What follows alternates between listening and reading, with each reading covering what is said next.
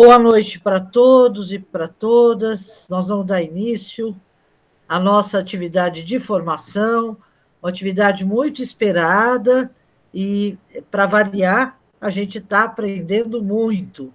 Não só aprenderemos no conteúdo e continuaremos aprendendo na relação com as escolas, como também aprendendo nesta tecnologia, não é? E na forma que nós queremos ser a mais democrática possível, de participação de todos aqueles que se inscrevem como sujeitos na formação do NAI. Hoje nós estamos sem a nossa musa tecnológica de plantão que está dando aula, que é a Meire, não é? E, portanto, nós tivemos que nos desdobrar para poder dar conta. Mas vai ser um evento muito importante.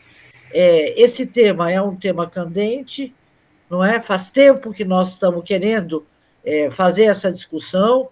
Nós tivemos uma demanda maior de escolas, e aí depois o Alexandre vai falar a esse respeito. Toda a equipe de monitores do NAS se envolveu, num total de 8 estudantes de pós-graduação, mas também os estudantes de graduação que fazem parte do grupo do Alexandre, depois ele vai apresentar, também se envolveram. Então, no segundo semestre, essa é a nossa primeira atividade de formação, e também as sequentes, as formações que virão na sequência, o Alexandre também vai mencionar. Então, sem mais demora, boa noite para todo mundo, todos e todas muito bem-vindos. Vamos juntos, porque a situação é difícil, mas a nossa união, a nossa esperança é maior. Então, vamos lá. Eu quero passar a palavra para o Alexandre. Alexandre, um monitor que nem todo mundo conhece, é um monitor, ele é o último, é o mais fresco monitor do NAI, olha lá. Mais fresco, com certeza. E que veio assumir esse desafio exatamente porque tem no seu percurso toda uma formação que se relaciona à temática. E isso que a gente acha legal, né? Que os conhecimentos possam se encontrar. Então, com a palavra, Alexandre. Obrigado, Sônia. Bom, gente, boa noite, tá? Meu nome é Alexandre. Bom, primeiro eu queria explicar como é que vai funcionar a nossa metodologia aqui hoje, tá? A gente recebeu mais de 300 inscrições, então não tinha como colocar todas essas pessoas em uma sala de reunião só, do Google, do Zoom, qual fosse, tá? A solução mais óbvia era transmitir a formação pelo YouTube, mas a gente não queria transformar essa formação aqui num palestrão, né? Então a gente suou um pouco a camisa e a gente chegou a esse método aqui, tá? Bom, como vocês viram nas orientações que a gente mandou para vocês por e-mail, a gente começa e termina todos juntos aqui no YouTube, tá bom? Nessa primeira hora, a gente vai numa dinâmica mais expositiva, tá? Em que a gente vai falar um pouco sobre a fundamentação científica do conceito de gênero, sobre as implicações de uma perspectiva de gênero para a gente olhar a educação e também apresentar para vocês um panorama aí da fundamentação legal e normativa que dá embasamento à abordagem de gênero, de questões de gênero e de sexualidade na escola, tá? Dado o tempo apertado que a gente tem hoje, a gente tem 2h30, tá?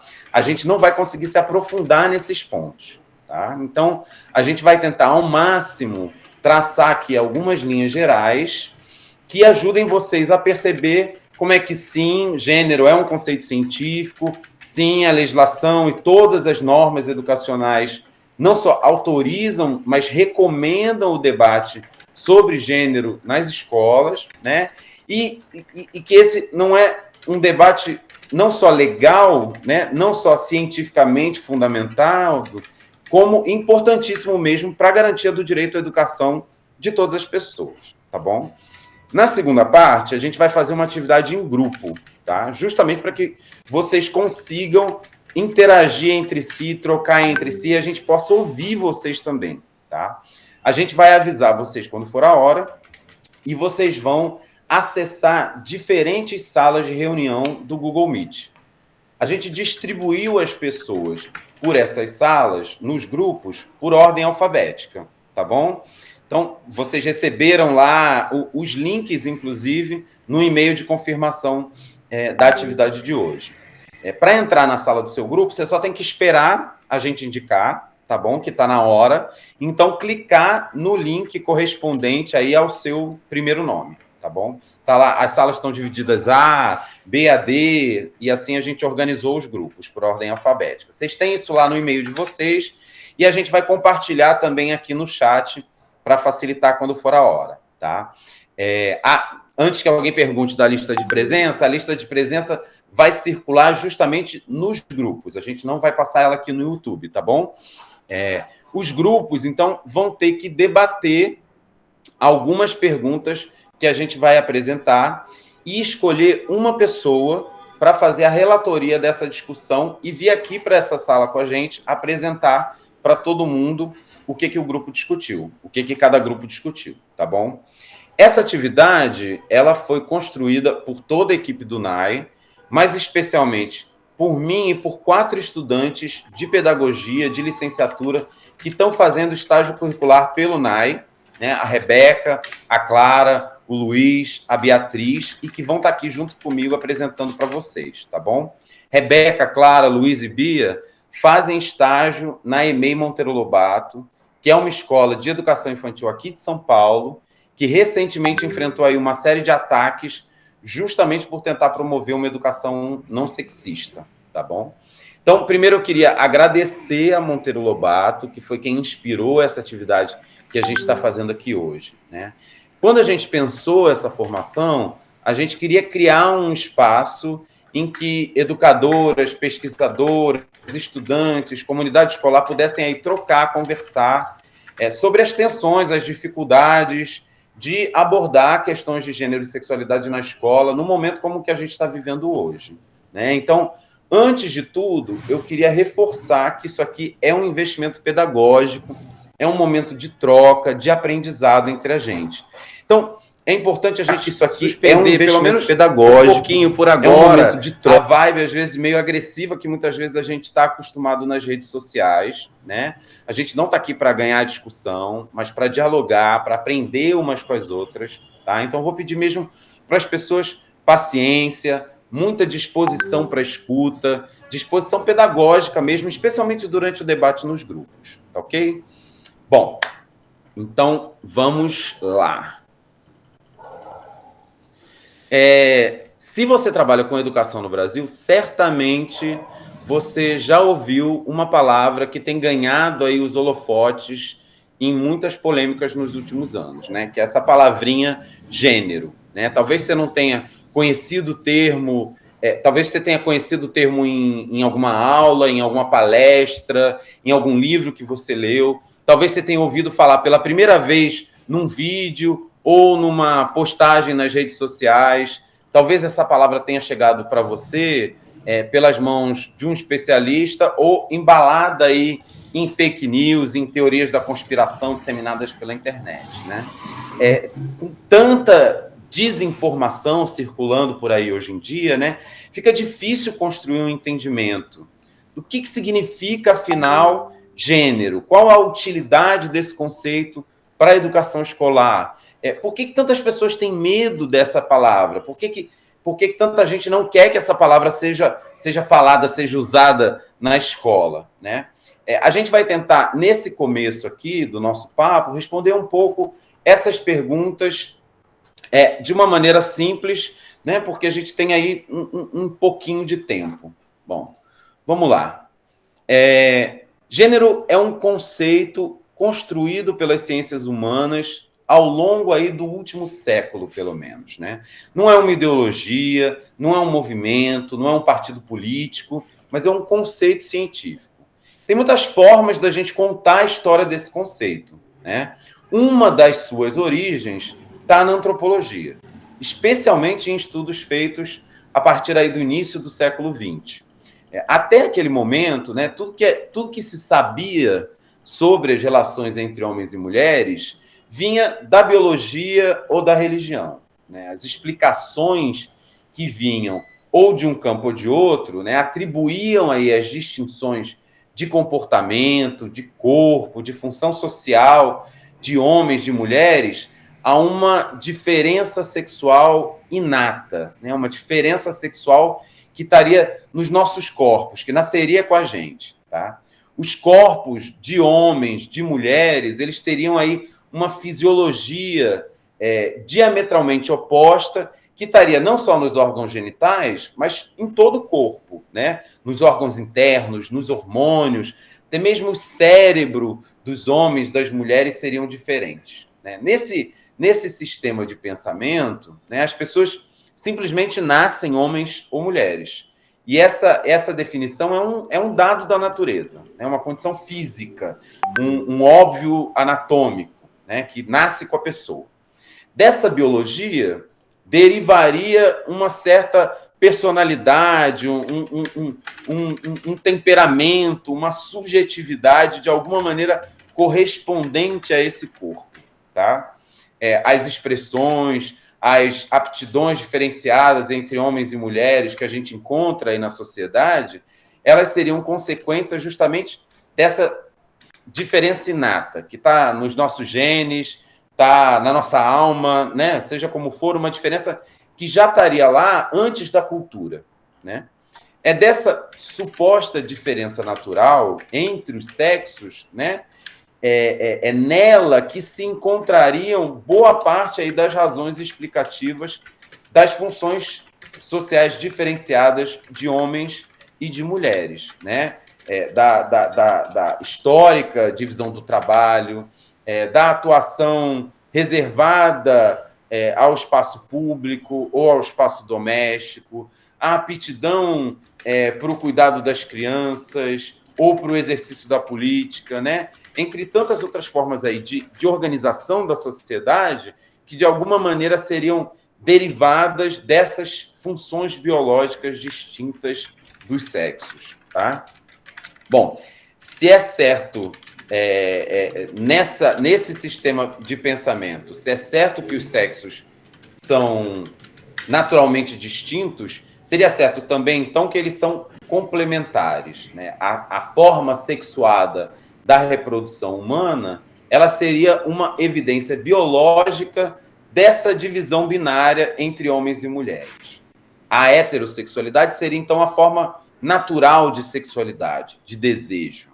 A união entre um homem e uma mulher seria a forma natural de família. E qualquer coisa que fugisse desse padrão, né, era considerado um desvio, uma doença, algo antinatural, né? É assim, inclusive, que as palavras homossexualismo, bissexualismo, hermafroditismo, transexualismo, com esse ismo mesmo no final, né, vão aparecer, né? Elas são categorias médicas criadas aí na virada do século XIX para o século XX para descrever práticas, corpos, identidades que naquele momento, que já eram condenadas pela religião, né, como pecado, mas que naquele momento também estavam sendo categorizadas pela medicina como doença, né? Nesse sistema de pensamento, uma sociedade organizada numa divisão sexual, com lugares, funções bastante marcados e diferenciados para homens e para mulheres, né, com a família heterossexual aí como núcleo, né, ela seria uma consequência natural da própria biologia humana, né? E se essa ordem é consequência da biologia humana, então ela seria uma ordem universal. E você poderia encontrar, ainda que com algumas variações culturais, né, em qualquer sociedade, um sistema de divisão sexual nesses moldes, né, em qualquer momento histórico, em qualquer lugar, em qualquer tempo, né? Qual o problema? Essa explicação, ela vai começar a ser questionada, especialmente a partir do começo do século XX, né? A partir de pesquisas etnográficas produzidas por antropólogas, por antropólogos, que estão pesquisando sociedades de diferentes partes do planeta, né? Essas pesquisas vão mostrar como diferentes sociedades atribuíam significados muito diferentes ao masculino e ao feminino, né? O que essas pesquisadoras, o que esses pesquisadores vão perceber, né, que o que definia uma mulher ou um homem, né, não era uma constante em todas essas culturas, em todas as sociedades. Pelo contrário, a gente podia identificar uma grande variação cultural dos sentidos de masculinidade, dos sentidos de feminilidade, nas mais diferentes sociedades, nos mais diferentes sentidos de masculinidade, dos sentidos de feminilidade, nas mais diferentes sociedades, nos mais sentidos de masculinidade, dos sentidos de, né, com que essas pesquisadoras, esses pesquisadores, boa parte europeus, americanos, tinham aí como referência do que é um homem, do que é uma mulher nos seus países de origem, tá? Em algumas culturas, não era necessariamente o corpo, ou não só o corpo, que determinava se uma pessoa era um homem ou uma mulher. Em outras, era possível para alguns indivíduos transitar por essas posições sem que isso fosse um problema.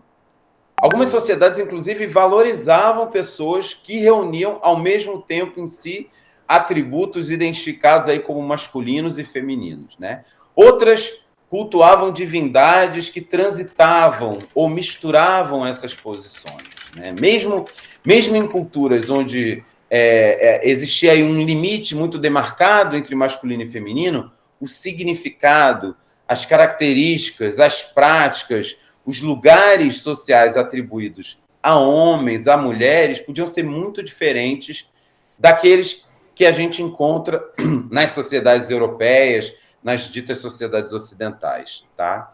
Então, se a antropologia ajudava a gente a identificar a variação entre culturas, né, através da história, a gente também foi conseguindo perceber como os sentidos atribuídos a homens, a mulheres, mudavam também ao longo do tempo, né? Em uma mesma sociedade, o significado de feminino, de masculino, se transformava com o passar das décadas, dos séculos, né? Só a gente olhar para a própria sociedade brasileira. O lugar, a função social delegada a mulheres, delegada aos homens, também se transforma, né? Tem se transformado bastante nos últimos anos na nossa sociedade. De uma maneira que, se já era evidente que não era possível dizer que existia uma única definição de masculino e de feminino compartilhada por todas as culturas, também ficava evidente que a definição aí que se tinha no presente do que é masculino, do que é feminino, de como é que a sociedade se organiza a partir disso, né, dessas diferenças, que essa organização não teve sempre aí do mesmo jeito, ao contrário, ela se modificou e continuava se modificando com o passar do tempo, tá bom?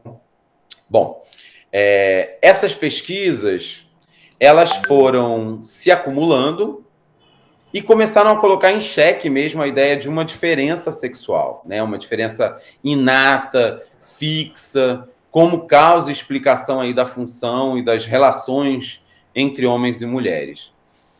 Porque se os significados de masculino e de feminino, eles variam tanto no tempo quanto no espaço, né? Tanto de época para época, quanto de sociedade para sociedade. Então, esses significados não podem não podem ser atribuídos a qualquer natureza biológica comum a todos os seres humanos, mas eles eram produzidos pelas culturas, eles eram produzidos por essas sociedades. E eles se transformavam ao longo do tempo, né? A palavra sexo, ela já não era mais suficiente para explicar essa enorme variação cultural e essa dimensão social desse fenômeno, né? Então, era preciso um termo novo, um outro termo, para a gente poder falar especificamente sobre essa dimensão cultural, social das relações entre mulheres e homens, dos significados de masculino e feminino. E é aí que a palavra gênero começa a ser usada com esse sentido, para se referir a esse caráter social e histórico das relações entre homens e mulheres e dos sentidos atribuídos ao masculino e ao feminino. Gênero vai se tornar, então, o conceito científico para compreender como é que uma série de práticas, de relações, de significados antes pensados como naturais, como fixos, como universais, como eles eram, na verdade, produzidos pela cultura, né? Essas relações, essas práticas, esses significados são, na verdade, uma construção social. Essa é a noção central do conceito de gênero. Homem, mulher, masculino, feminino, as nossas expressões, identidades, funções sociais, desejos, práticas sexuais, modelos de família, de conjugalidade, de afeto, tudo isso não é uma simples expressão de uma natureza humana, inata, fixa, universal, mas são produtos da nossa cultura, das nossas práticas sociais, né? Não é inato, mas é construído socialmente. Esse é um pouco o sentido daquela frase famosa da Beauvoir: não se nasce mulher, torna-se mulher, né? A gente não nasce com essas... entre um bebê humano do sexo masculino e um homem no seu jeito de se vestir, de se comportar, de se identificar, de se expressar, tem uma distância muito grande, né? Tem uma dimensão desse processo que é socialmente produzida, que é culturalmente construída, e é isso que esse conjunto, esses 100 anos, pelo menos, de pesquisa e de campo de estudo mostra para a gente, tá? Estão conseguindo me acompanhar? Esse conceito, ele deu muita força para movimentos... Alexandre, eu queria só pedir a todos que estão nos ouvindo, todas e todas, que se tiverem conhecidos, que se inscreveram, que verifiquem se eles entraram. Nós mandamos 2 vezes o endereço, mas estou acompanhando pelo YouTube que temos cerca de 70 pessoas, mas nós tivemos 300 inscrições. Então, talvez a gente esteja com problema de comunicação do local da transmissão. Então, eu pediria que todo mundo que tem algum conhecido que se inscreveu, que verifique se ele está conseguindo acessar e faça essa ação solidária de divulgação do evento, tá bem? Obrigada. Beleza, vamos lá. Estão conseguindo ver as apresentações, né?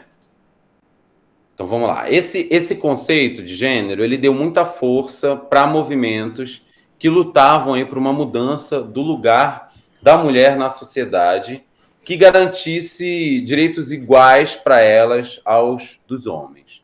Esse conceito servia também para desmontar o argumento de que as funções atribuídas a mulheres e homens, elas eram naturais, né? Se as relações entre homens e mulheres, elas nem sempre foram assim, nem eram assim em todos os lugares, isso significa que elas não estavam pré-determinadas, que elas podiam ser transformadas aqui agora, inclusive, né?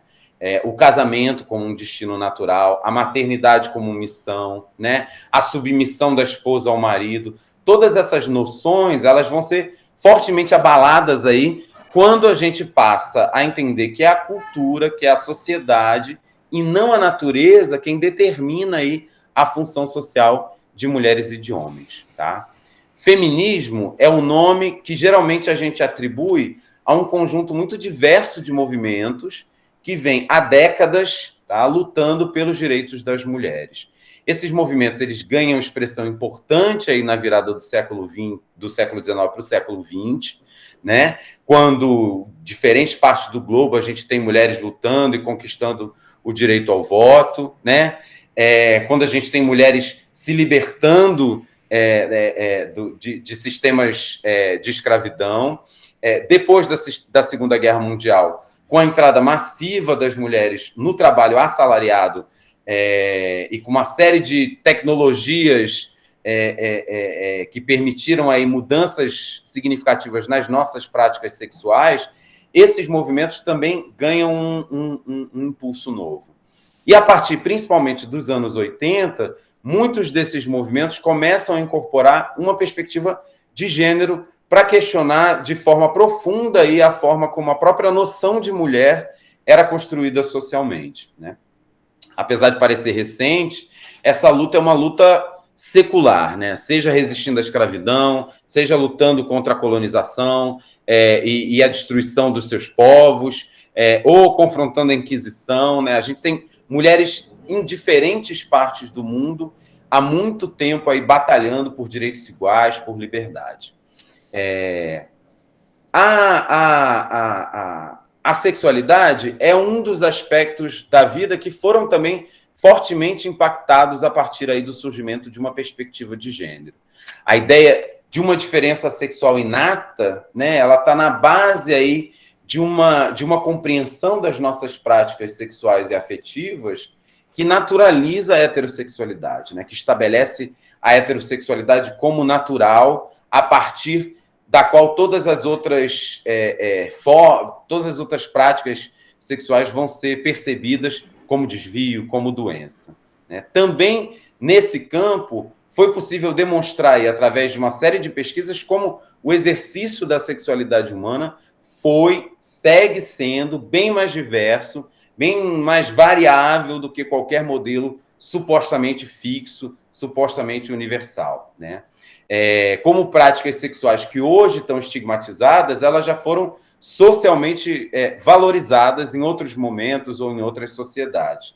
Como a definição de família ela é também bastante variável, ela pode tomar formas muito distintas, muito diferentes em várias culturas, em várias sociedades ao longo do tempo. Se a gente olhar o censo 2010 aqui do Brasil, o último censo que a gente tem, né, esse modelo de configuração familiar, pai, mãe, filhos, residindo na mesma casa, ele já deixou, inclusive, de ser a configuração da maioria dos domicílios brasileiros, né?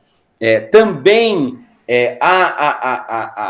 o vínculo obrigatório, o assignamento obrigatório a partir de um sexo a uma identidade, ele também foi questionado e hoje a gente tem, ele já era e cada vez mais foi ganhando força, movimentos de pessoas que queriam garantir a sua autodeterminação da sua identidade de gênero, né? Quem diz que eu sou um homem, quem diz que eu sou uma mulher ou nada disso, né? Sou eu e não um médico, e não um juiz, e não quem quer que seja. Então, essa ideia de que essas posições de homem, de mulher, elas não estão pré-definidas pelo nosso corpo ou no ato do nosso nascimento, mas elas são uma construção autônoma nossa, isso também foi ganhando força, né? E aí, se a sexualidade foi um campo radicalmente afetado pelo conceito de gênero, ela não foi o único. Uma perspectiva de gênero passou a ser fundamental para a gente compreender múltiplas dimensões aí da experiência humana. A formação das nossas subjetividades, a construção da nossa identidade, as nossas relações de trabalho, a distribuição dos recursos materiais, financeiros mesmo que esse trabalho produz, né? A nossa linguagem, os nossos sistemas políticos, quem participa da política, quem não participa. Então, da economia até a educação, da ciência política à psicologia, existe hoje aí um vasto campo interdisciplinar de pesquisa científica organizado em torno desse conceito e que a gente chama de estudos de gênero, tá bom? Bom, um dos grandes desafios hoje desse campo de estudos de gênero é não só perceber como as relações de gênero variam, mas como é que elas foram e como é que elas seguem sendo produzidas, reproduzidas ou transformadas, né? E aí que a educação ganha um papel central, um papel muito importante. Várias pesquisadoras, vários pesquisadores vêm se dedicando a entender não só como as famílias, mas também como as escolas ensinam modos de ser homem, modos de ser mulher. Isso é certo que muitas crianças já chegam na escola com noções de gênero que elas aprenderam em casa, também a escola desempenha aí um papel importante no reforço ou na transformação dessas noções que a gente traz de casa. Vale lembrar que na primeira metade do século passado, né, quando a gente começa a ter algo que a gente possa chamar de uma educação escolar, né, bastante restrita naquele momento, a educação de meninas e de meninos, né, dos meninos e das meninas que tinham acesso naquele momento à escola, ela ainda era separada, né? Mesmo quando quase todas as escolas se tornam escolas mistas, ainda assim a gente vai encontrar uma série de distinções na educação que é dada para os meninos e na educação que é dada para as meninas, né?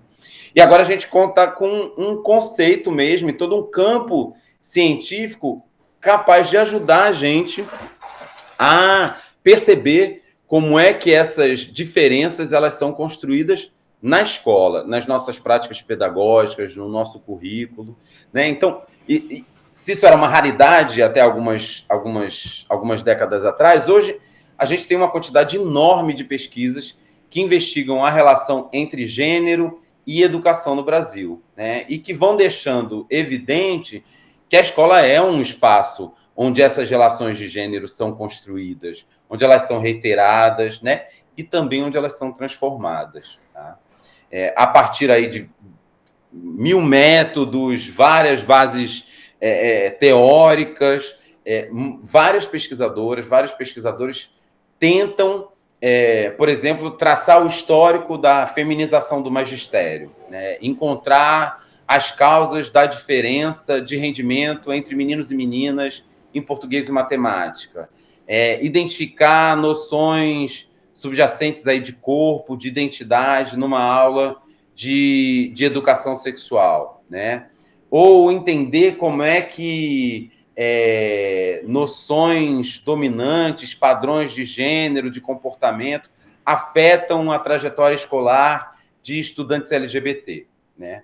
Então, quando esses estudos miram na dimensão social, na dimensão cultural desses processos, né, esses estudos vão ajudar, vão buscar aí nas nossas práticas pedagógicas, no nosso currículo, nas nossas interações cotidianas dentro da escola, nos nossos materiais didáticos, na política educacional, na gestão, como é que a educação escolar dá a sua contribuição aí na produção, na reprodução de normas e de padrões de gênero e de sexualidade, tá?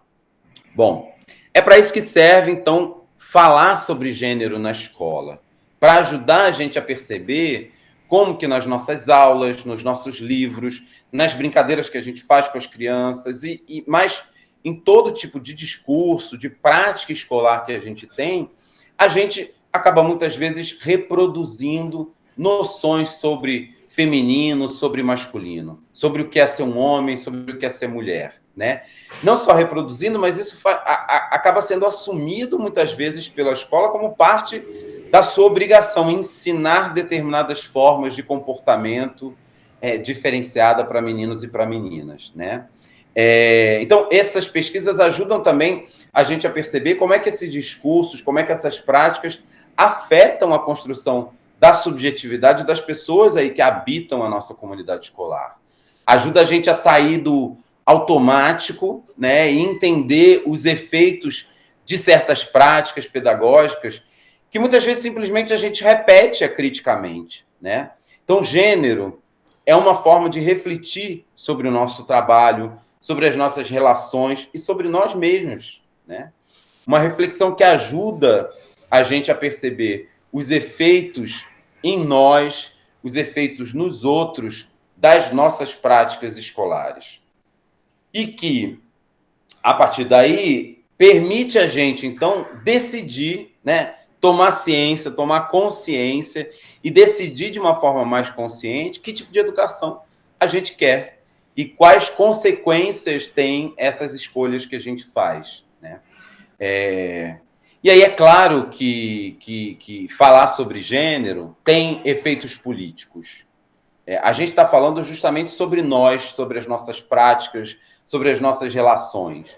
fazer uma reflexão crítica sobre isso pode provocar muito desconforto em muitas pessoas e na gente mesma, né? Tirar algumas certezas do lugar, fazer ver o que antes era naturalizado, né? Mas é também o que permite a gente transformar essas práticas, né? Ajuda a gente a ver e assim a gente poder melhor confrontar uma série de desigualdades e de injustiças que são produzidas por esse sistema, da forma como ele está organizado, né? E construir uma maneira mais autônoma das nossas relações e da nossa própria construção de nós mesmos, né? Mas ainda que o conceito de gênero, isso eu quero reforçar com vocês, ainda que o conceito de gênero tenha efeitos políticos, isso não reduz esse conceito a uma ideologia, né? Ele não é uma invenção, ele não é uma abstração, né? Ele é fruto de décadas de trabalho científico. Se a gente chegou à conclusão que ser homem ou ser mulher é algo que vai além aí de um sexo biológico, né? Não é algo inato, mas é socialmente construído, culturalmente produzido, historicamente variável, tá? Se a gente chegou a essa conclusão, não foi porque isso saiu da cabeça de alguém simplesmente, mas foi a partir de muita pesquisa, de muito estudo, de muito debate no campo científico, né? Para falar sobre gênero na escola também não tem nada a ver com doutrinação, né? Pelo contrário, é um convite à reflexão, ao pensamento crítico, né? É um convite que faz a gente questionar aquilo que parece óbvio e tentar construir uma perspectiva crítica mesmo sobre coisas que foram ensinadas para a gente desde a infância como naturais, coisas que estão absolutamente naturalizadas para a gente. Certamente, fazer essa reflexão crítica incomoda muita gente, especialmente quem está muito confortável com a forma como as coisas estão organizadas hoje em dia, né? Para quem é beneficiado por esse sistema, a crítica pode ser uma ameaça, né? Pode ser o prenúncio de uma mudança cultural que mexa aí com seus privilégios, né? Então, é interessante a gente perceber que as pessoas que acusam a existência aí de uma ideologia de gênero que estaria sendo disseminada nas escolas, elas não se dão conta de que o conceito de gênero faz é justamente lançar a luz sobre uma série de ideologias que hoje regulam os nossos modos de ser, de pensar o nosso corpo, a nossa identidade, a nossa expressão, a nossa sexualidade, mas tantas outras dimensões aí da vida a partir de ideias absolutamente cristalizadas, rígidas sobre masculinidade e sobre feminilidade, né?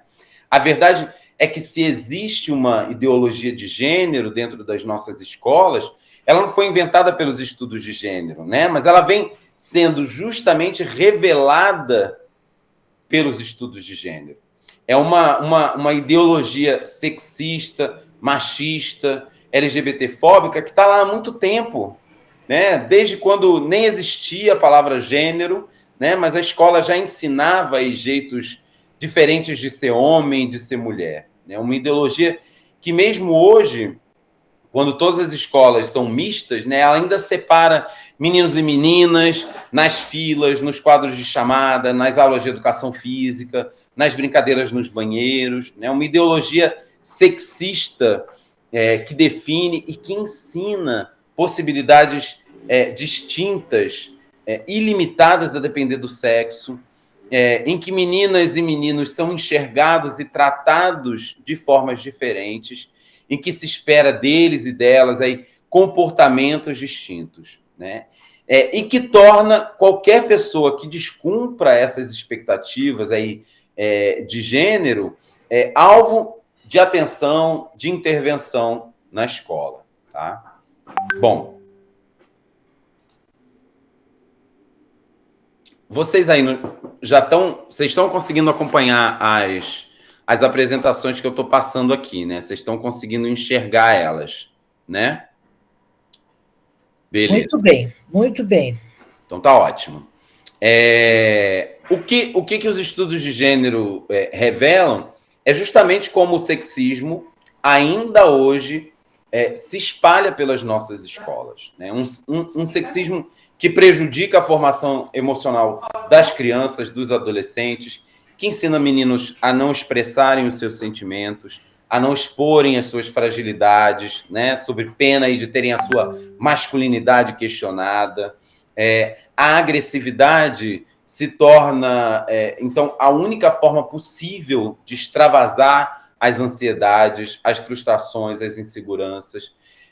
Por vezes, essa agressividade é tomada como padrão mesmo que guia a expectativa de muitos educadores, de muitas educadoras sobre os seus alunos. A indisciplina, ela é percebida como uma característica natural dos meninos, e a agressividade é encarada, a agressividade entre eles é encarada como algo relativamente normal, né? Não raro, incentivada em alguns jogos, em algumas dinâmicas cotidianas. Ao mesmo tempo que um menino delicado, um menino sensível, passa a ser detectado como um problema, né, que demanda aí alguma intervenção.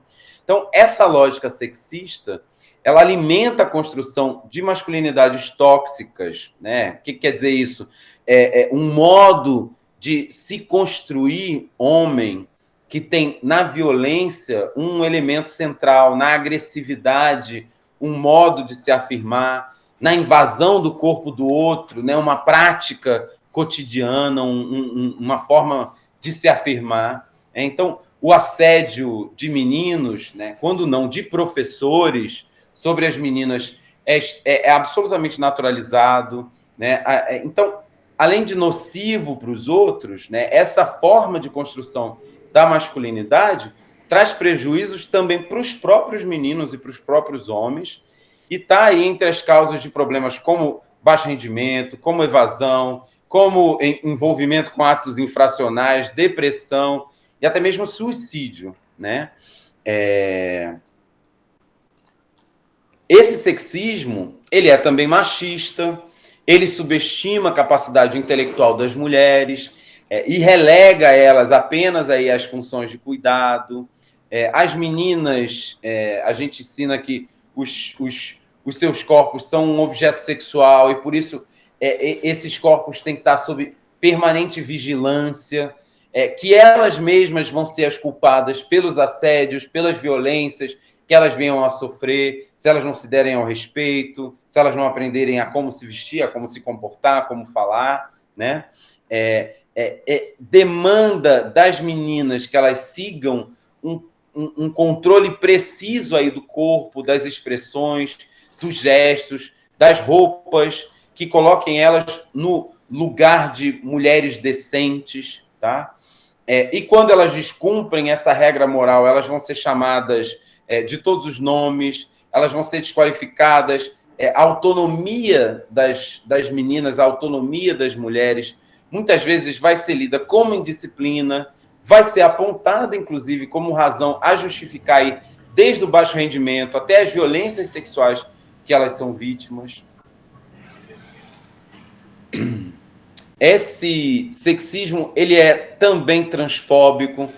Então, ele violenta qualquer pessoa que ouse aí transgredir essa norma, essa cisnorma, né, e não corresponder às expectativas de corpo, de comportamento, de expressão ou identificação que essa norma estabelece. Esse sexismo produz uma escola transfóbica que não só negligencia, que não só falha na proteção de crianças e de adolescentes, como é ela mesma um vetor de violência, de discriminação e de exclusão de pessoas trans, né? Produz aí um forte impacto nas possibilidades de vida das pessoas trans, quando nega a essas pessoas o direito básico da educação, que está aí na base para a construção de uma série de outros direitos e da própria cidadania mesmo, né? Então, cria obstáculos para que elas completem a sua escolarização e, não raro, vão produzir a expulsão dessas pessoas da escola, né? Ajudando a constituir uma série de vulnerabilidades que as pessoas trans vão vivenciar ao longo da sua vida, né? Inclusive ajudando a tornar a própria vida e o direito à vida dessas pessoas mais vulneráveis, tá? Mais vulnerável.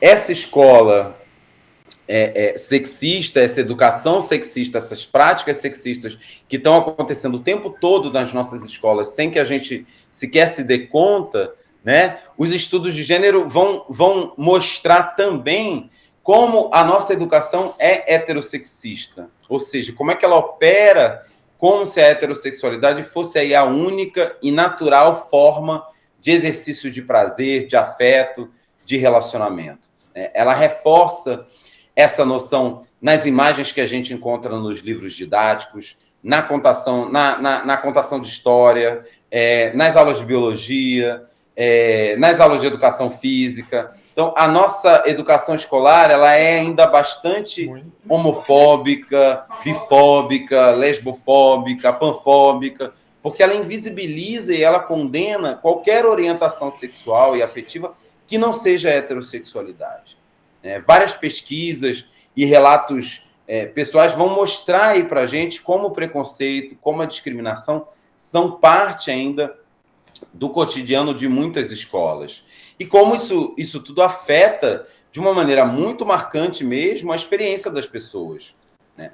Mesmo quando algumas escolas se dizem tolerantes, né, a maioria das escolas não admite reconhecer, valorizar, em pé de igualdade, a vivência de pessoas lésbicas, gays, bi ou pansexuais. Né?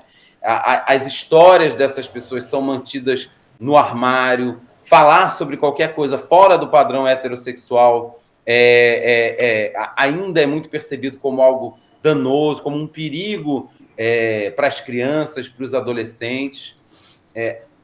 Então, ao mesmo tempo que muitas vezes a gente condena a violência, né, essa ideologia heterossexista alimenta aí os estigmas que amolam as facas, né, dessa violência LGBT-fóbica que atinge pessoas LGBT aí fora e que a escola, quando é omissa ou quando é ela mesma a produtora de violência, ela ajuda a produzir. Né? Boa parte das escolas ainda entende um único arranjo familiar, pai, mãe, filhos, como a família, né? Invisibilizando, desqualificando aí todas as outras formas que uma família pode ter, né? Qualquer família que escape do modelo tradicional de família vai ser percebida como uma família desestruturada, né? Então, famílias expandidas, em que várias gerações e relações de parentesco convivem aí na mesma casa, famílias chefiadas por mulheres, sem a presença de um homem como chefe de família, famílias que têm crianças criadas pelos avós, ou com 2 pais, ou com 2 mães. Todas essas famílias vão ser olhadas como se elas fossem incompletas, imperfeitas, na comparação com esse modelo ideal de família cis-heterossexual, né?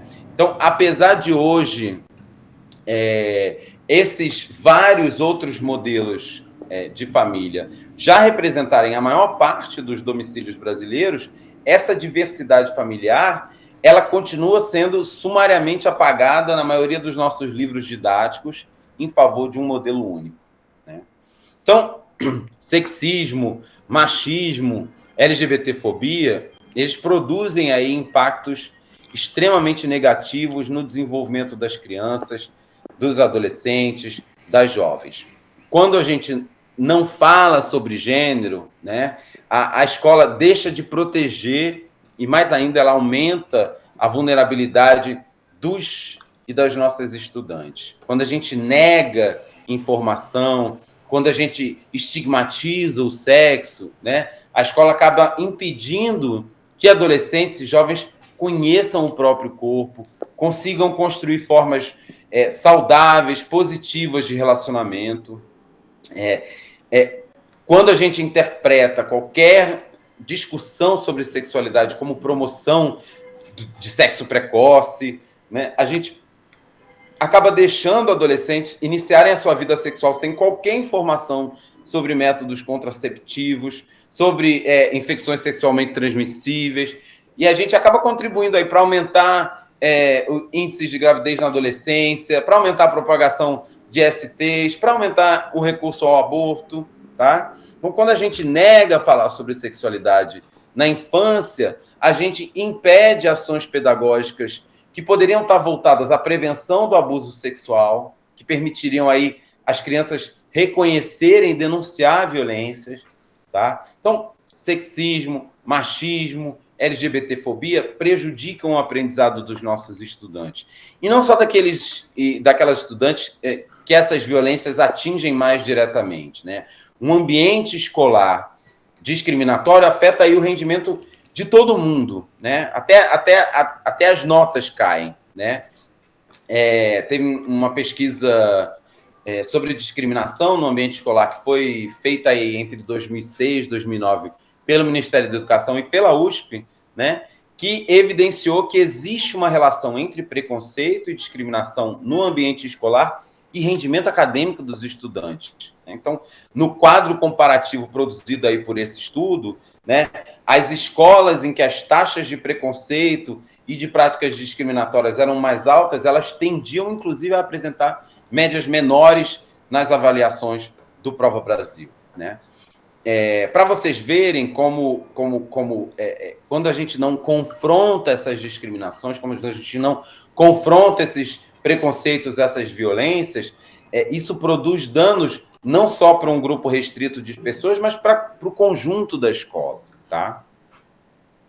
Bom, esses debates trazidos aí pelos estudos de gênero, por uma série de pessoas e movimentos que vêm discutindo sobre isso nos últimos anos, né?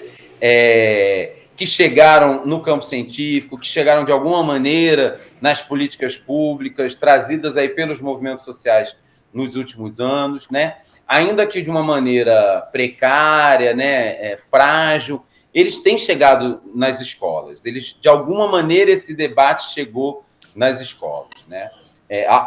Se a gente voltar um tempo atrás, ninguém sabia o que era homofobia, o que era transfobia. Hoje as pessoas já sabem, né? Já entendem razoavelmente essas palavras, né?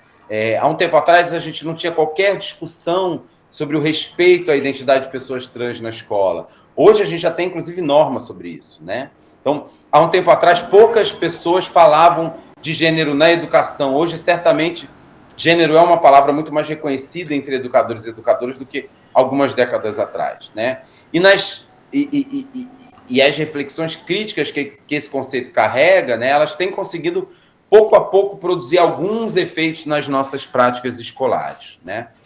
Esses pequenos avanços, no entanto, né, eles estão hoje cada vez mais sob ameaça, né? Ainda diante de um quadro tão evidente aí de discriminação, de violências, de desigualdades, né, que uma série de estudos mostram para a gente e que uma série de pessoas relatam para a gente da experiência delas na escola, ainda existe hoje quem combata a incorporação de uma perspectiva de gênero na educação, na nossa prática pedagógica, né? Então, seja no desenho da política educacional, seja no chão da escola mesmo, a palavra, até a própria palavra gênero, vem sendo atacada aí como um ícone de uma ideologia que estaria doutrinando alunos e alunas, né?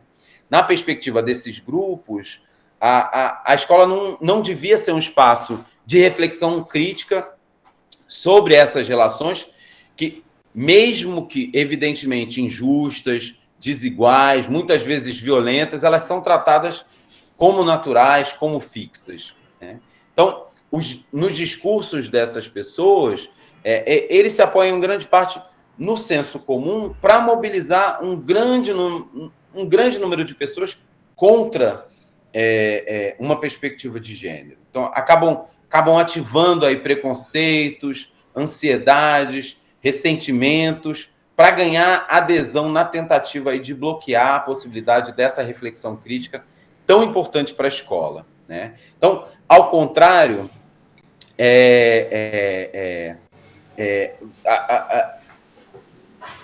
esses grupos vêm trabalhando para tornar a escola um espaço ainda mais disciplinador, ainda mais excludente, ainda mais diferenciador, né, do que ele já é hoje.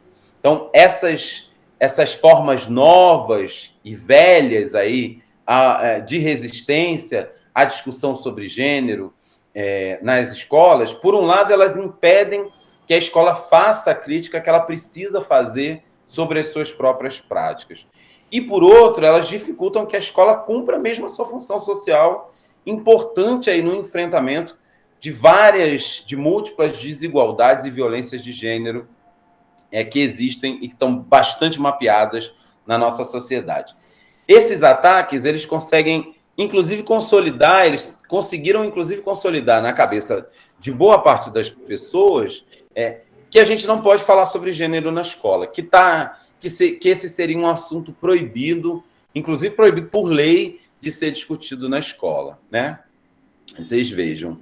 Então, uma coisa fundamental que a gente queria aqui, e aí eu vou chamar a Rebeca para conversar com vocês, uma coisa fundamental que a gente queria aqui apresentar para vocês é justamente a fundamentação legal que dá um embasamento que sustenta a inclusão do debate sobre gênero nas escolas, tá? Esse é um pouco o título da nossa conversa hoje, né? Pode falar sobre gênero na escola? Porque hoje muita gente não tem certeza de que pode, né? Tá muito disseminado no imaginário que esse é um tema proibido, tabu, da gente abordar dentro das escolas. E aí a Rebeca vai mostrar um pouco para vocês como, na verdade, a gente tem uma série de fundamentações legais e normativas no campo da educação que dão embasamento, sim, para a gente fazer essa discussão na escola. Rebeca, é com você. Boa noite. Obrigada, Alexandre. Como o Alexandre já estava falando, o Brasil tem diversas leis e normas que dão suporte à discussão de gênero nas escolas, desde a educação infantil até o ensino médio. A gente pode começar na Constituição Federal de 1988. Lá ela afirma que todos são iguais perante a lei e sem distinção de qualquer natureza. E ela também define como objetivo fundamental o bem de todos. Dessa forma, ela veta qualquer forma de discriminação. Ela também garante a todos o direito à educação e afirma que que esse direito é um dever do Estado e da família. Em um de seus princípios de ensino, ela coloca a igualdade de condições para o acesso e permanência na escola, liberdade de aprender e ensinar, pesquisar e divulgar o pensamento, a arte, o saber, pluralismo de ideias e de concepções pedagógicas. A LDB, ela vem reafirmar os princípios do ensino segundo a Constituição Federal e ela também acrescenta o respeito à liberdade e apreço à tolerância. Na LDB, ela também compete às instituições de ensino a elaborar propostas pedagógicas com participação dos educadores e da comunidade escolar e local, de uma forma democrática.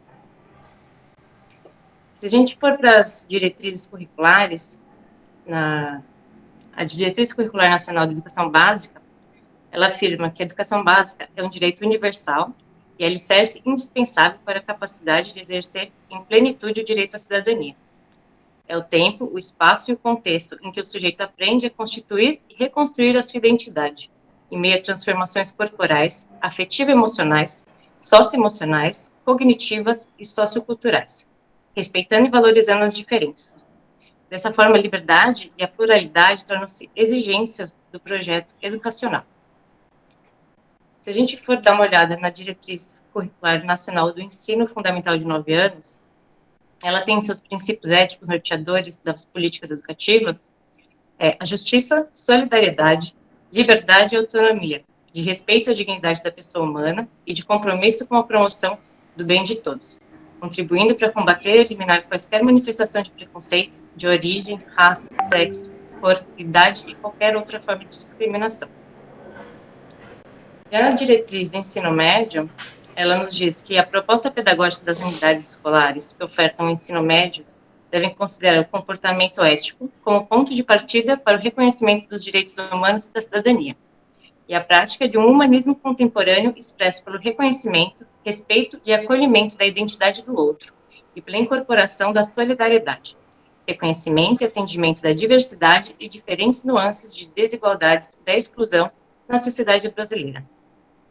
A promoção dos direitos humanos, mediante a discussão de temas relativos à raça, etnia, religião, gênero, identidade de gênero e orientação sexual, pessoas com deficiências, entre outros, bem como práticas que contribuam para a igualdade e para o enfrentamento de preconceitos, discriminação e violência sob todas as formas. Além disso, também, as atividades intersetoriais, entre outras, da promoção de saúde física, mental, saúde sexual e reprodutiva.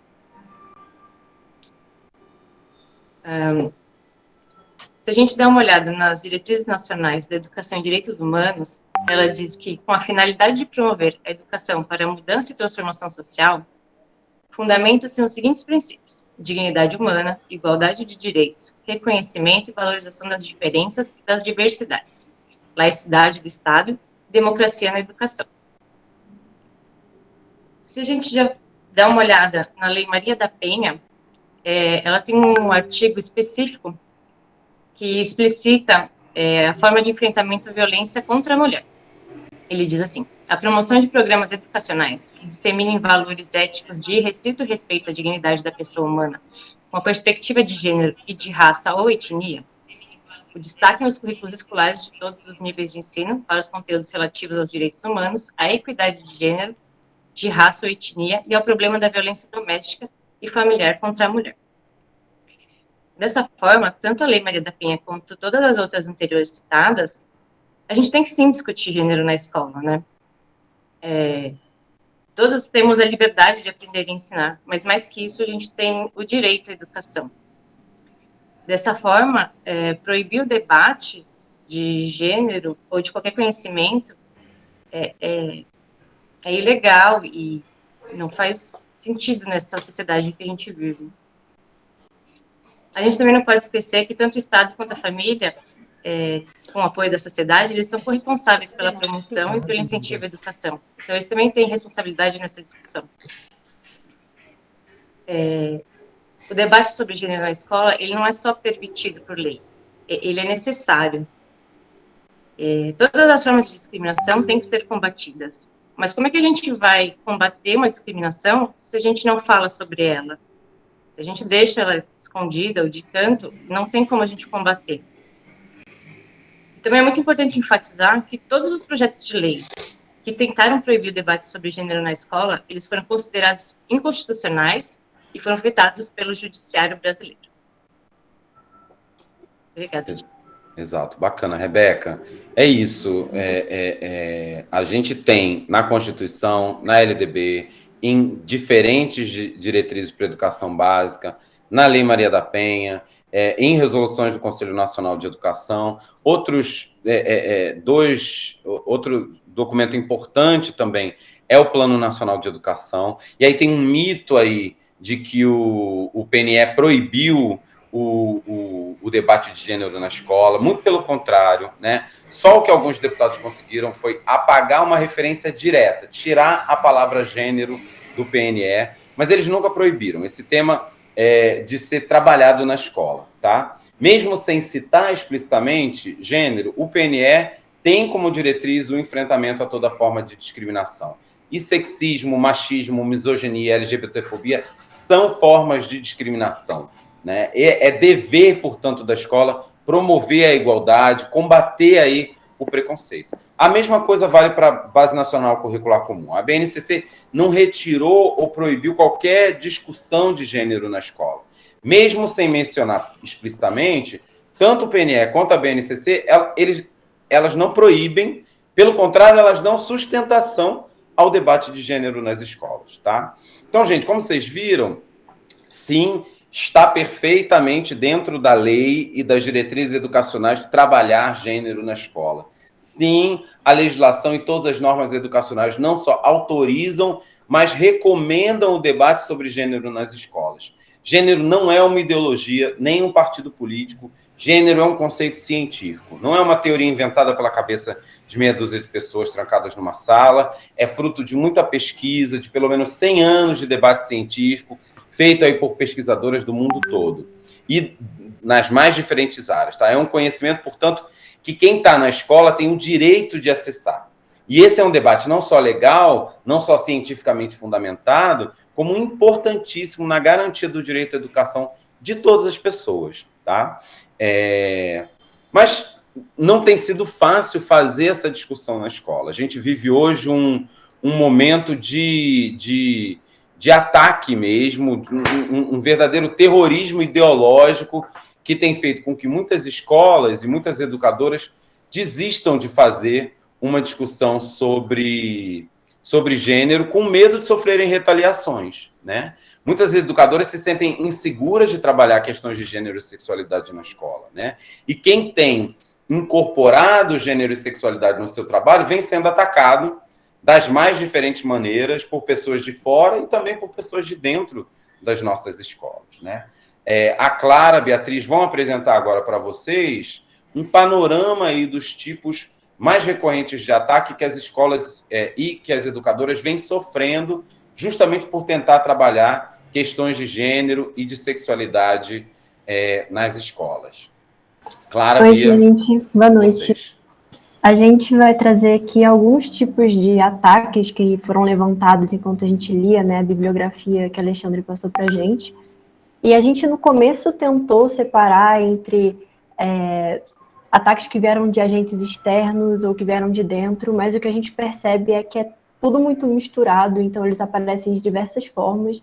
E a gente está trazendo aqui também para a gente começar a pensar um pouco nas discussões que a gente vai fazer em grupo, para a gente também ter alguns tipos de estalo, né? A Clara vai começar a apresentar alguns, depois eu volto trazendo outros. Boa noite, pessoal. E, bom, como a Bia comentou, agora a gente vai passar rapidamente por cada um desses tipos de ataque e a gente vai explicar de forma sucinta o que caracteriza mais ou menos cada um deles. E, Alexandre, você pode passar o slide, por favor? Em primeiro lugar, a gente tem como forma de ameaça a apresentação de uma nova legislação por vereadores ou deputados. Então, aqui se encaixam todas as leis promulgadas, tanto pelo programa Escola Livre, quanto pelo Escola Sem Partido, por exemplo. E pensando no que a Rebeca trouxe, é importante a gente destacar que todas essas leis ligadas a esses grupos foram consideradas inconstitucionais, seja por apresentarem problemas formais ou materiais, e logo em seguida elas foram todas anuladas. Agora o próximo tipo, pode passar, Alexandre, isso.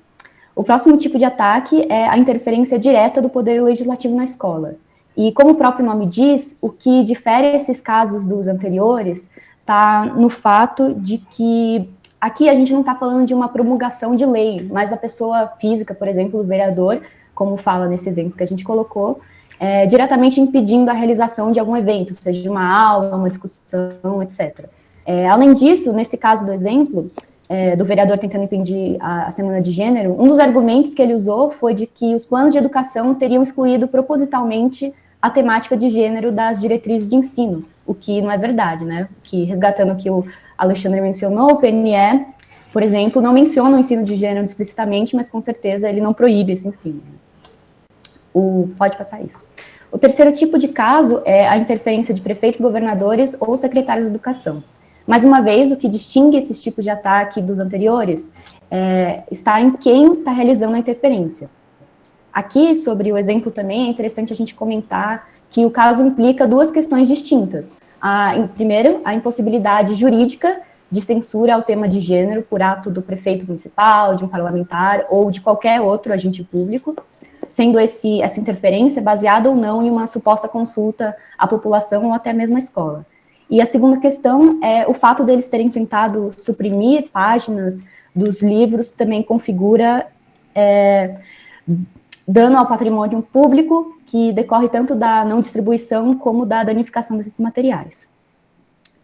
O próximo tipo de ataque é a interferência Pode passar, por favor, Alexandre. Obrigada. O próximo tipo de ataque é a interferência de membros da justiça, da polícia ou de outros órgãos. O que é interessante comentar em relação ao exemplo é que a prisão desses professores mencionados no slide gerou uma grande comoção e muitos professores e professoras acompanharam esses colegas até a delegacia, né, que eles foram presos, onde a manifestação continuou. Isso mostra também a importância da solidariedade entre os professores e também a necessidade de buscar uma maior publicidade, né, para aumentar o apoio a essas vítimas quando ocorrem ataques e interferências desse tipo. E, por fim, agora, né, para encerrar minha parte da fala, para passar para a Bia, a gente tem outro tipo de ataque. Pode passar, Alexandre. Isso. A gente tem outro tipo de ataque que é a ameaça por pessoa estar na escola, que é mais geral um pouquinho. E se encaixa nesse tipo de ameaça tanto o exemplo citado no slide da denúncia e abertura de sindicância administrativa pelo Flávio Bolsonaro, quanto casos como o de um pastor que se escandalizou com a apresentação sobre diversidade em uma escola de educação infantil. Inclusive, esse caso do pastor, ele teve origem em uma denúncia proveniente da própria comunidade escolar, né? O que convida a gente a prestar atenção às relações nesse espaço, principalmente para uma possível escalada de episódios de intolerância dentro da escola. Ou seja, aqueles que foram ameaçados podem vir ameaçar aqueles que fizeram a denúncia, enfim, assim sucessivamente. E agora a Bia vai cuidar dos próximos. Obrigada, pessoal. Aqui a gente tem outro exemplo, que é a notificação extrajudicial para o professor, né?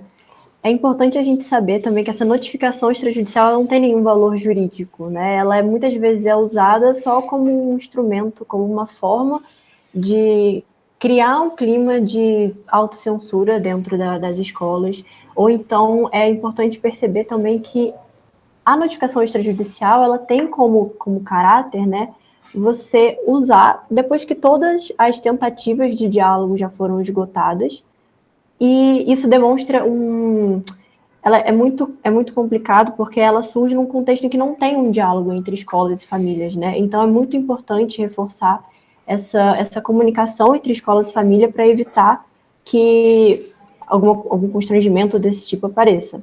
O próximo tipo é a divulgação de vídeos nas redes sociais, que infelizmente já se tornou algo clássico, né, que a gente ouve falar por aí. No caso, a gente viu um vídeo de uma atividade de sociologia, no caso foram os próprios alunos que postaram o vídeo, mas tomaram, como a internet é um lugar, enfim, de ninguém, tomaram proporções difíceis de controlar, e essa professora acabou sendo acusada de promover a doutrinação marxista, né? O próximo tipo é muito grave também, que são reclamações ou denúncias, né, divulgadas na rede por estudantes, familiares ou colegas, e aqui o grave é que nesse manual que a gente leu, né, como base para a apresentação de hoje, ele fala que websites, né, servindo como fóruns para esse tipo de reclamação, estão se tornando cada vez mais recorrentes. O próximo tipo é o constrangimento de professores pela diretoria de ensino, supervisão ou direção da escola. Nesse caso também, infelizmente, já clássico, a professora ela foi, enfim, acusada de estar politizando aulas, recebeu chamadas de diretores falando para ela se ater aos conteúdos da aula, além de diversas outras repercussões. Por último, esse caso bastante grave, também denúncias formais ao sistema de justiça, ao Ministério Público, ao Judiciário.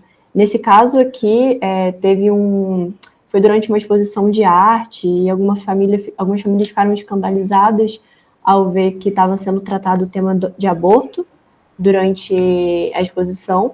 Então, uma mãe fez um boletim de ocorrência, levou para o Ministério Público e é isso. Esses foram os tipos que a gente conseguiu levantar tendo base no manual.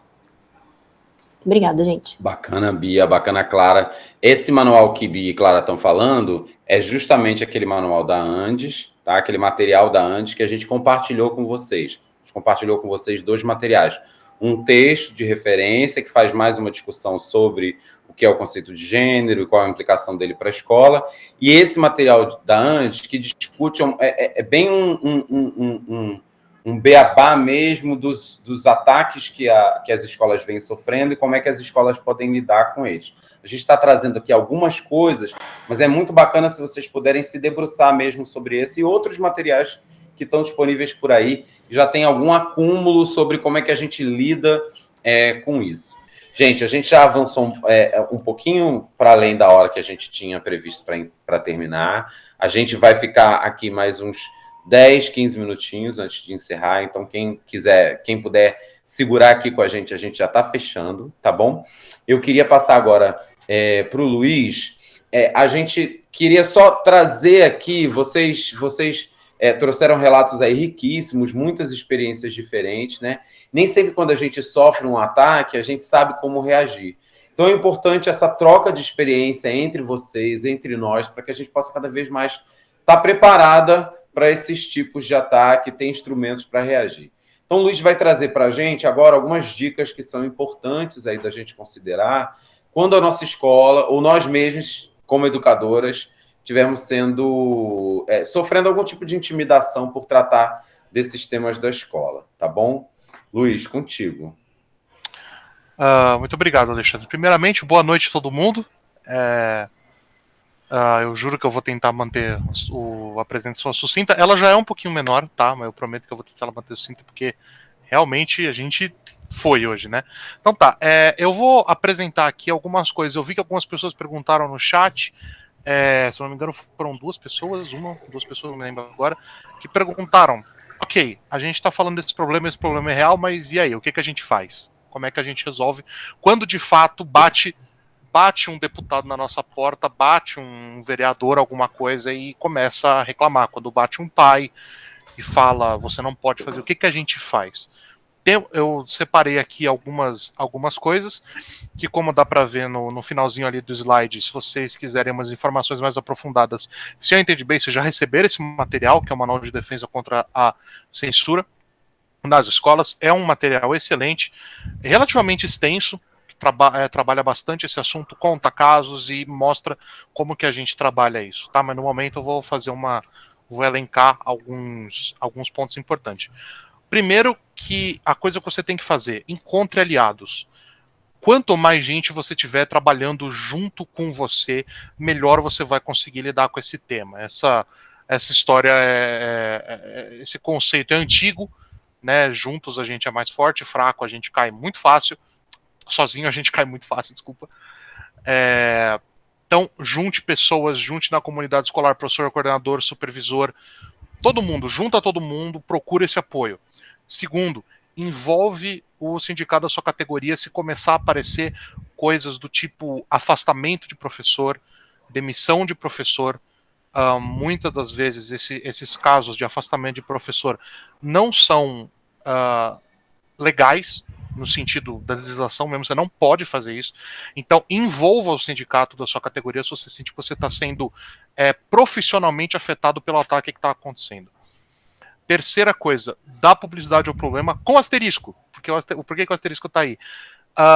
Dê publicidade ao problema se o problema está acontecendo de forma pública. Evite, se em algum momento você estiver recebendo ataques, que nem alguns foram relatados aqui, pais vindo falando, professor brigando com professor, aluno falando com o pai e o pai vai falar com a coordenação. Se esse problema vem internamente e fica dentro da escola, evite a publicização dele, porque aí, enfim, você pode explodir esse negócio para fora de proporção e aí pode não funcionar muito bem. Mas, caso seja uma questão de o deputado bater na sua porta e já chegou com o celular na sua cara, te filmou 55 vezes, postou 75 stories no Instagram e você não sabe o que mais está acontecendo, meu Deus, o que relaxa, e traz você também essa parte desse caso para o espaço público, para a rede social e para, enfim, outros lugares da maneira que você conseguir, porque dessa forma a gente volta ao ponto 1, pessoas vão se prontificar para tentar te ajudar de alguma forma ou de outra. 4, aí já é um pouquinho mais a longo prazo do que você pode fazer. Olha esses conflitos, mapeie esses conflitos, por que isso aconteceu? A gente precisa entender, falta para a nossa escola preparação, falta a nossa escola diálogo com a comunidade escolar, com pais, falta diálogo entre coordenação e professor, falta diálogo entre professor e pai, falta esse diálogo, a gente está seguindo pelo caminho certo? Sempre muito bom fazer isso. Reflita sobre o jeito que as coisas estão sendo feitas nesse sentido. Quinto, construa relações de confiança entre famílias e professores. Um pai que conhece o professor que dá aula para o seu filho, é muito mais improvável que ele vai chegar um dia apontando a cara nele e mandar ele parar. É muito mais improvável. Se ele conhece aquele professor, se ele conversa com aquele professor, se aquele professor é aberto sobre o que está acontecendo, aquele pai dificilmente vai abrir uma sindicância, vai fazer denúncia no Ministério Público, vai levar para vereador, vai levar para a polícia. Dificilmente isso vai acontecer. Esse problema pode ser mantido dentro da escola e resolvido com diálogo e com tranquilidade. Sexto, promova a gestão democrática escolar comprometida com o direito de educação a todas e todos. Traga a família para dentro dessa discussão. A escola é parte da educação das crianças, não a educação das crianças. Ela é parceira da família, ela ajuda a família e educa coisas junto com a família. Portanto, a família tem o direito de conversar com vocês, entender as coisas, esteja aberto ao diálogo, fale com esses pais, converse com eles e na medida do possível, tente fazer eles entender por que o assunto de gênero é importante. Muitos não entendem. A gente viu isso nesses relatos hoje. Muita gente não acompanha isso. Muita gente não sabe o que está acontecendo. Fica dentro de uma bolha, de um grupo de WhatsApp, de um grupo de Telegram e faz que nem uma das pessoas aí falou. Você fala todes e o cara já começa. Isso é doutrinação comunista. Isso é Gramsci. Isso é marxismo cultural. Isso é aquilo. A pessoa às vezes não está ligada. Você precisa ajudar ela a entender. Sétimo e último. Crie espaços de debate plural nas escolas. Isso engloba várias partes aqui. Deixa as pessoas conversarem. A pior coisa que dá para fazer num momento em que um pai, em que um professor chega para você e fala: eu não estou entendendo o que está acontecendo, a pior coisa é você virar para ele e falar: problema seu, vai embora. Isso nunca vai dar certo. Isso nunca vai funcionar. Isso vai virar pauta de Facebook, isso vai virar pauta de Instagram, porque você mandou o cara embora sem explicação. Você virou o doutrinador. Tome muito cuidado com isso. Impor essas coisas é muito perigoso. Muito obrigado pelo esse tempinho. Espero que eu tenha sido sucinto o suficiente. Espero que tenha sido suficiente também. Enfim, maravilhoso, é isso. De novo, Luiz. Se quiserem mais informações, só seguir esse link do Manual de Defesa contra a Censura dos Anos. Muito esse obrigado. manual realmente é muito legal. Obrigadão mesmo, Luiz. Então, essas coisas que a gente está trazendo aqui para vocês não saíram da nossa cabeça, tá bom? Não é uma cartilha com o que a escola deve ou não deve fazer. Isso é justamente um levantamento e um reunido de experiências e de vivências já acumuladas por escolas no enfrentamento a esses ataques mesmo. Tá, gente? Alguns comentários muito rápidos, né? Acho importantíssimo o que o Sim trouxe sobre a perseguição vivida por profissionais de educação que são LGBT, né? A questão do nome social, do reconhecimento, mais do que o nome, né, social, o reconhecimento da identidade de gênero daqueles estudantes, daquelas estudantes trans, tá?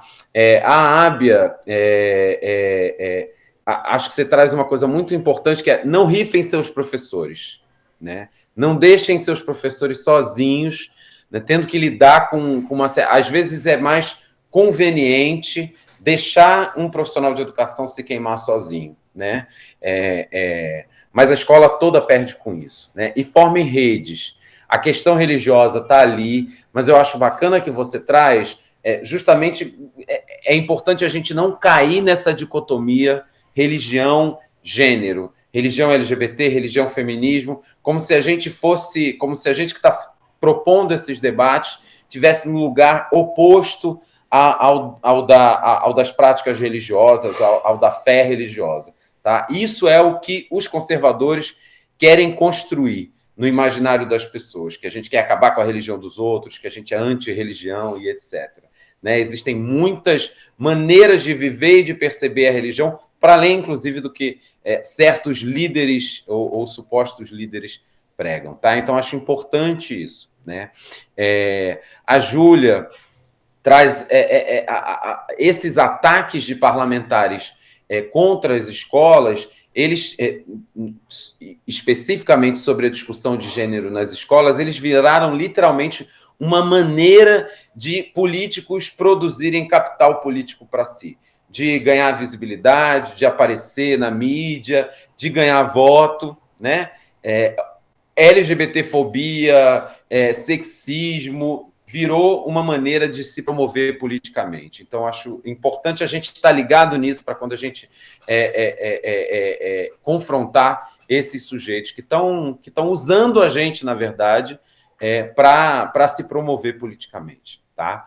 E o fato de que a censura está instalada. Eu acho que todas vocês aqui trazem um pouco isso, né? O quanto essa censura está... Mesmo que as leis que tentavam proibir tenham sido todas derrubadas, tem um clima de censura instalado, né? E aí isso que Rosicler traz, essa insegurança, essa intimidação subliminar, né? O quanto que ela está, às vezes, nem tão subliminar assim, às vezes bastante explícita, inclusive, né? O quanto que ela está o tempo todo presente no nosso cotidiano escolar, né? E isso tem provocado mesmo um clima de censura. As pessoas evitam, não querem falar sobre isso, fogem desse tema porque ele dá muita confusão, dá muito problema, né? E a importância de investir na formação da equipe, para que a gente tenha mais subsídios, tenha mais embasamento, tenha mais argumentos na hora de travar uma conversa, um diálogo, uma negociação com as famílias, né?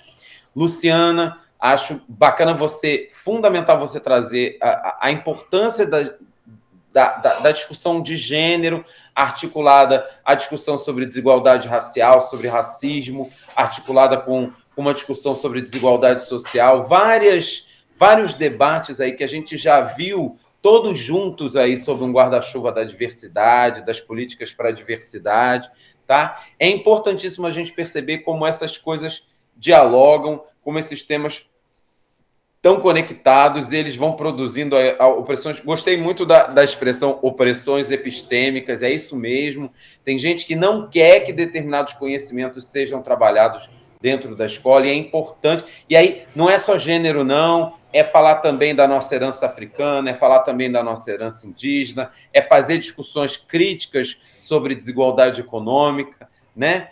Quem quer proibir, geralmente quer proibir toda e qualquer reflexão crítica dentro da escola. Então, é importante a gente estar juntos nessas diferentes lutas, né? Sueli, o quanto a reação, muitas vezes, vem de dentro da nossa própria comunidade escolar. Várias pessoas aqui falaram sobre isso. Então, e eu acho importante a gente diferenciar isso. Quando é um ataque externo, como é que a gente lida com esse sujeito que está ali na porta, vereador, youtuber, seja o que for, querendo fazer escândalo na escola, e como a gente lida quando ele vem de dentro da nossa própria comunidade escolar, né? Quando o questionamento, ou mesmo a intimidação mais agressiva vem das famílias, vem da própria equipe, né? Aí o nosso investimento é outro, né? A nossa reação, o nosso jeito de lidar tem que ser outro, né? Acho bacana você ter trazido a atenção para as escolas privadas, né? Se no setor público as formas de intimidação já existem, o afastamento, isso, aquilo, né?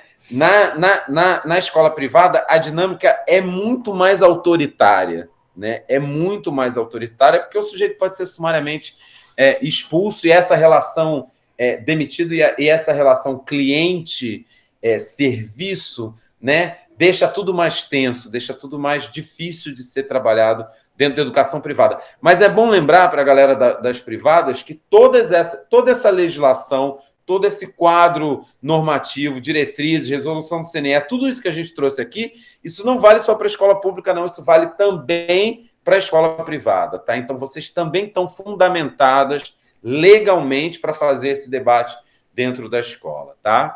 E, por último, Crícia, acho muito importante trazer o quanto esse discurso, muitas vezes, a reação, as famílias já chegam com um discurso pronto, anti-ideologia de gênero, marxismo cultural e etc. E tal. Agora tem uma galera investindo especialmente sobre o uso de linguagem neutra, já tem deputado propondo projeto de lei para proibir linguagem neutra e provavelmente ganhando like, fazendo live, ganhando voto com isso, né? Então, como já tem, e eu acho que é isso que mudou nos últimos anos, né? Se antes essa reação sempre existiu, esse incômodo sempre existiu quando a gente tentava trabalhar esses temas na escola, mas se antes essa reação estava dispersa, agora ela está organizada, ela já tem um discurso pronto, ela já vem com uma notificação extrajudicial para você. Então, a galera se organizou muito. Significa que a gente precisa se organizar também. A gente tem que ter uma notificação, uma contra-notificação judicial, a gente tem que estar muito fundamentada para poder reagir a isso tudo. E aí, por fim, assim, é isso mesmo. Juntos a gente é mais forte. Então, conecte-se com redes de apoio.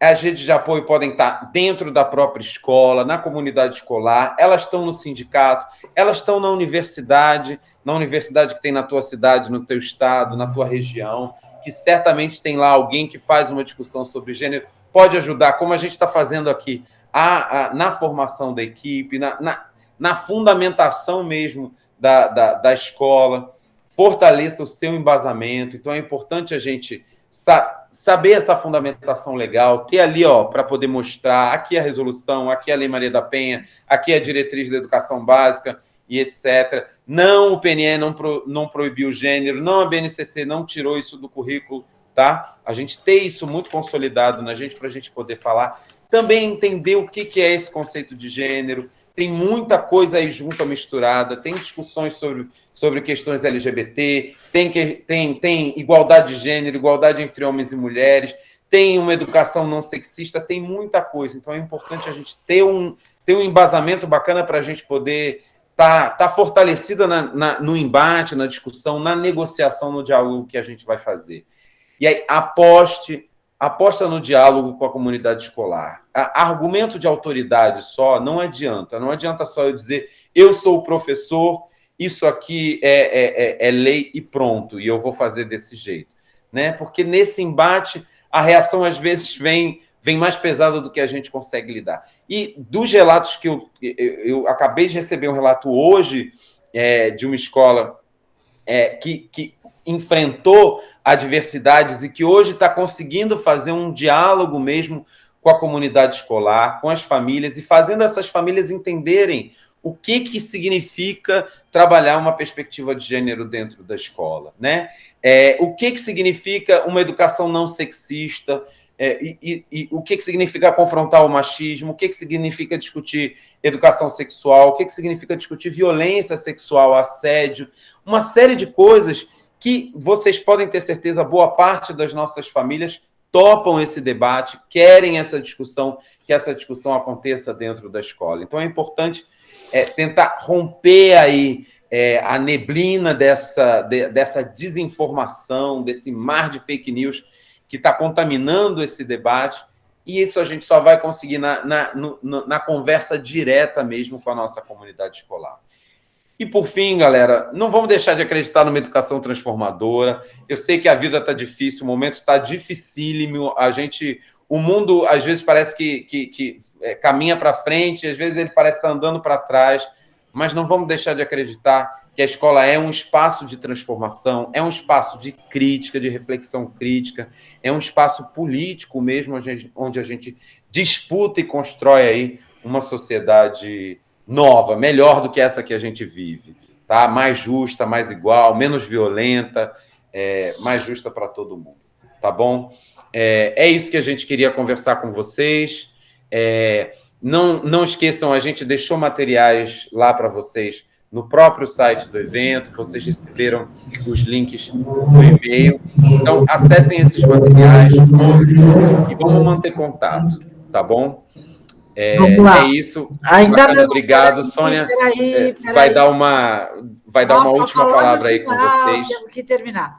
Está na hora de a gente ir descansar, mas a gente vai tocar o processo de continuidade de formação dentro do NAI. O NICE é uma rede de escolas parceiras da universidade. A gente ficou muito contente de ver professores e professoras de vários locais do Brasil.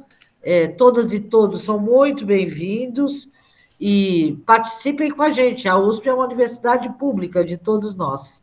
É isso. Até mais, gente. Parabéns para todo mundo que se envolveu. Parabéns, Alexandre e a equipe do NAI. Tá bem? A rede NAI e a equipe do NAI. Nós vamos trabalhar como dois próximos temas. Um primeiro, a questão de saúde mental, que a gente acha é uma questão que efetivamente foi muito séria e forte na pandemia. E uma segunda questão muito importante que a gente vem desde o semestre passado, e agora mais do que nunca, com a questão que nós vimos da licitação agora, das novas formas de comunicação, né? Com a questão exatamente de internet livre, software livre. Então, esses são dois próximos temas, além do último que a gente ainda pretende esse ano, que é discutir o dinheiro na escola e a importância desse dinheiro ser usado como favorecimento da própria escola e da sua comunidade. É isso, gente. Até logo mais. Um abraço. Abraço enorme, pessoal.